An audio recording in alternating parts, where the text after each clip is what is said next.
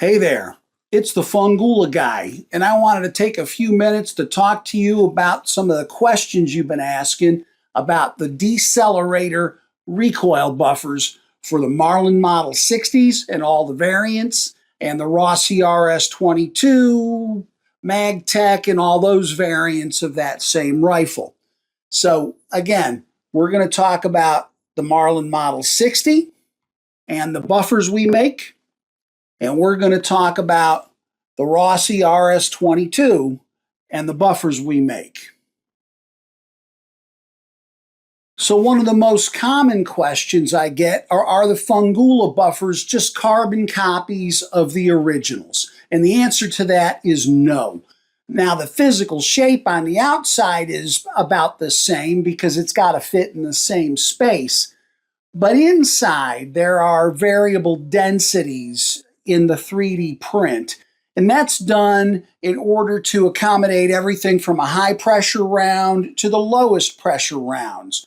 And trust me, developing these, we put thousands and thousands of rounds through this rifle to find out where the balancing point was. Then we turned around and put thousands of rounds of both high, low, and everything in between pressures to prove it before we went to market. So no, these are not carbon copies of the factory versions.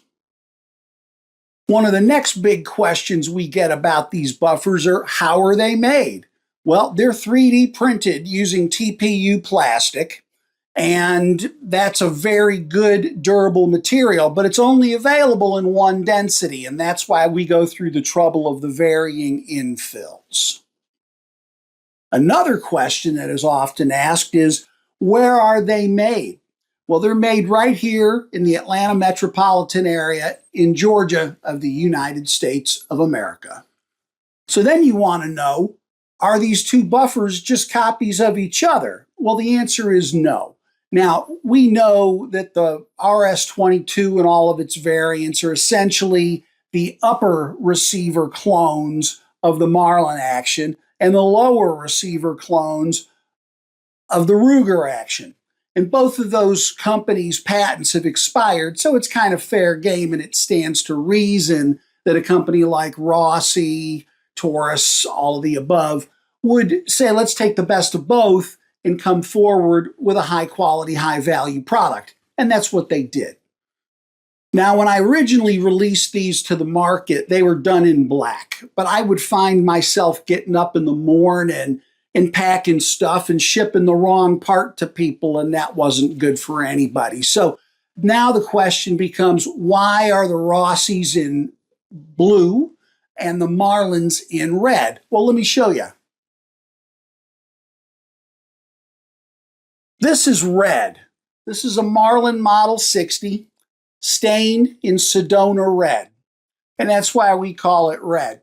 And so it was just natural when I was kind of hitting the wall with shipping the wrong buffers out that I said, okay, I got to be able to differentiate these in the early morning light with my old dim eyes. So red is just a natural ringer for the Marlin because of our friend red. Now the blue, well, red and blue are kind of like equal and opposites in the color spectrum, so that was just easy. Blue for the Rossi and all of its variants. All right, so these things are made out of TPU 3D printed plastic. Well, how long is that going to last? And that's a great question. It's hard to really say that because temperature, environment, all of those things play into it, but I'm going to guess that most everybody out there is going to keep these somewhere in a temperature-controlled house, humidity-controlled house, and it's going to spend very little time out in extreme temperatures. So that said, everything that we can learn about TPU 3D printed plastic says these should last about 50 years. Now, if we compare that to the originals, my experience is they're good for about 20 years. So 50 years, that's probably a lifetime guarantee if you're my age. So here we are at the end, which brings us to probably the biggest question everybody wants to ask. What makes these better than all the rest? Well, I bought a lot of the rest just to see what people were making. And they're basically just 3D printed clones of the free files you can get off the internet. And they make them out of whatever plastic they've got laying around. Some of them are soft like an eraser. Some of them are hard as a rock. And then again, the whole thing about these buffers is it's about managing the slap at the back to give a consistent cycle of the rifle, which means no stovepipes. It means no failure to ejects, failure to feeds, and all that. So that's really, really critical.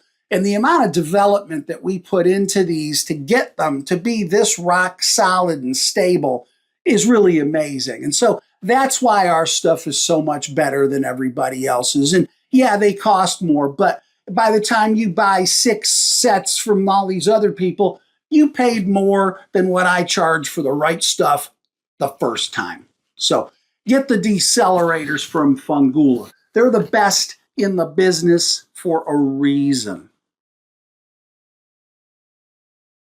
Now, before we go, I want to take a second here to show off a little something that I'm pretty proud of. This is one of my custom Marlin 60s.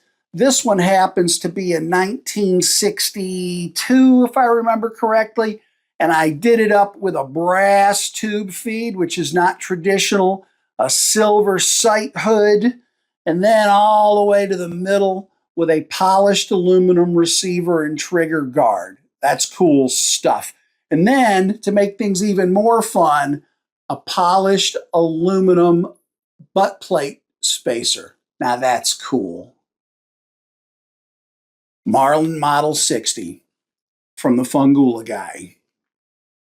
The Fungula Decellerator Recoil Buffers for the Marlin Model 60 and all variants, the Rossi RS-22 and all of its variants. You're going to love it. It's worth everything you're going to spend on it, and then some. Fungula. You're going to love it.